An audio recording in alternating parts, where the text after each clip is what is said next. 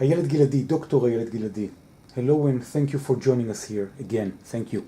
Good morning, Netanel. Good morning to you, Ayelet. Me Too, Children, the main message of your new coming book, of your workshops, of your lectures around the world. What exactly does it mean? Me Too, #children. Oh, that's a very good question, Netanel. When we're talking about Me Too or sexual harassment, right now we refer only to adults.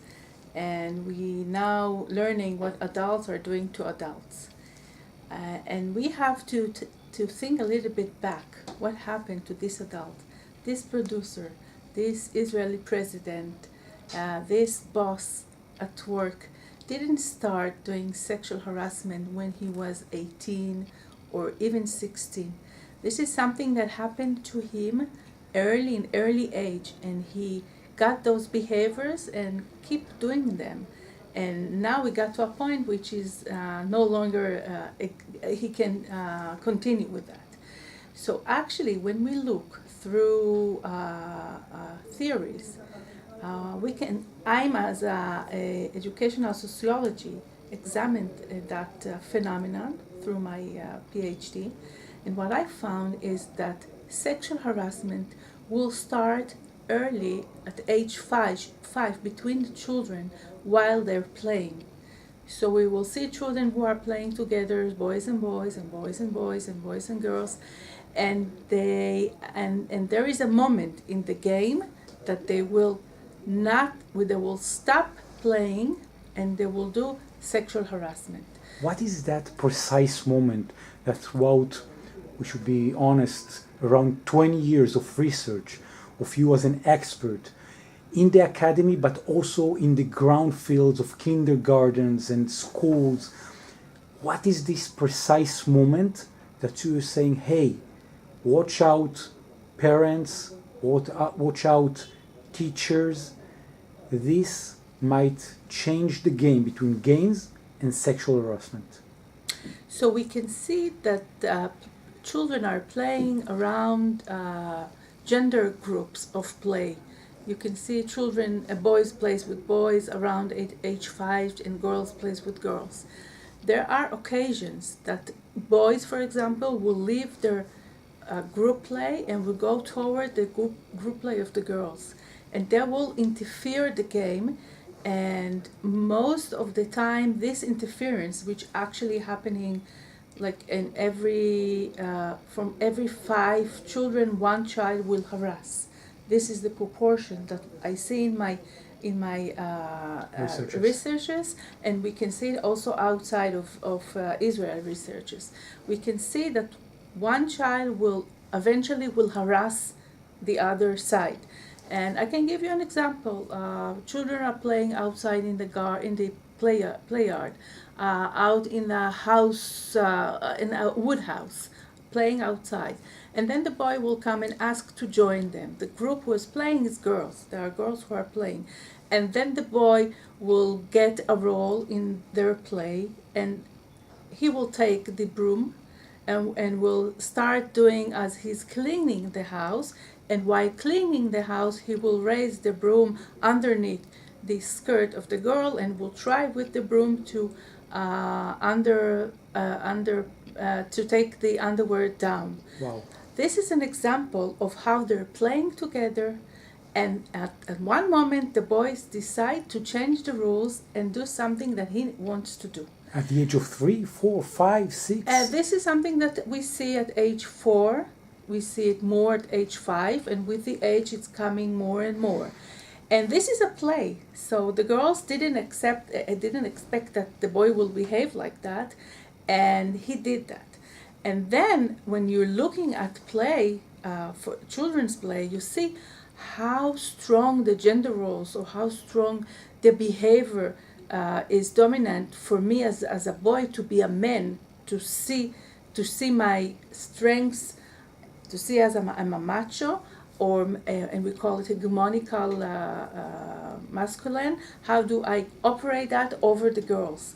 And when I'm doing it, when I'm finishing doing that, I will come back to the group play of the boys, and I will be the man because I dared. I did something that is not acceptable, that really caused the girls to feel humiliated, vulnerable, and they didn't know what to do, and I did that. So my friends now are respecting me more. So I gain capital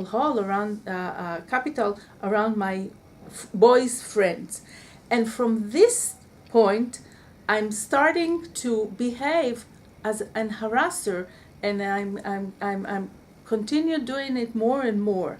This is one example of what we can see in kindergarten, for example.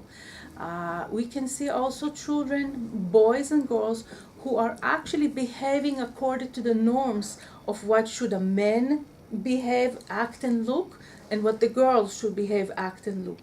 So we can see the girls are gentle and they're playing like a princess, and he is like the prince who will come on a horse and will save her by a kiss.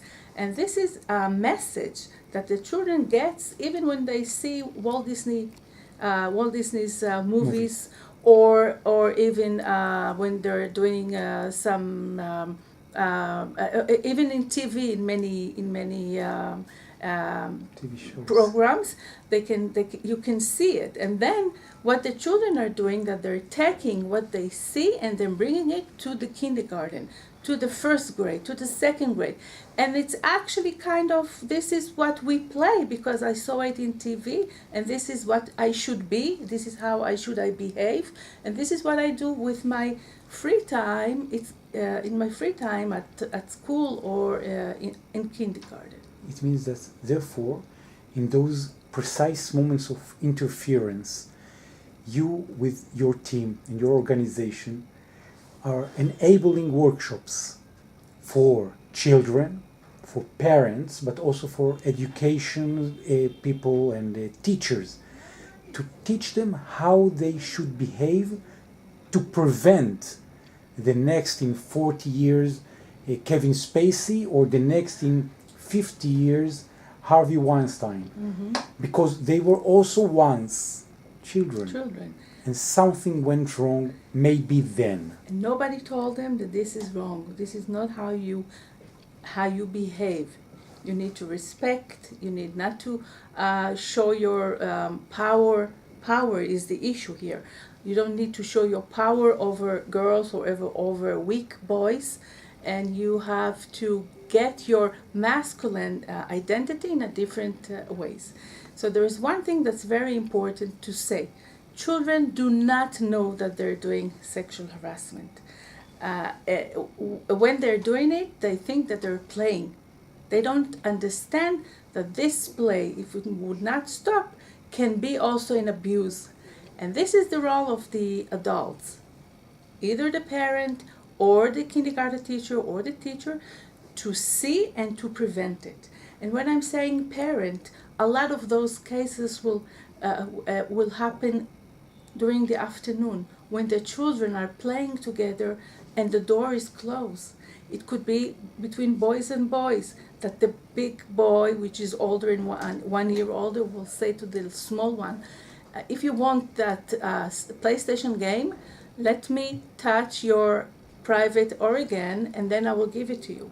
And they're doing it as a play, and they both benefit from it. So even behind closed doors in the afternoon, parents do face things like that, and if they're aware, they will know what to do to prevent it and to allow the children to play together. Me too. #children. Dr. Ayelet Giladi, expert from Israel around the world, in South Africa, in India, toward China, giving lectures and workshops and helping parents, children, and also teachers in kindergartens, but also teachers at schools, to prevent sexual harassment. I want to thank you so much for joining us here at Contento Now TV. Ayelet Giladi, Dr. Ayelet Giladi, thank you. Thank you very much.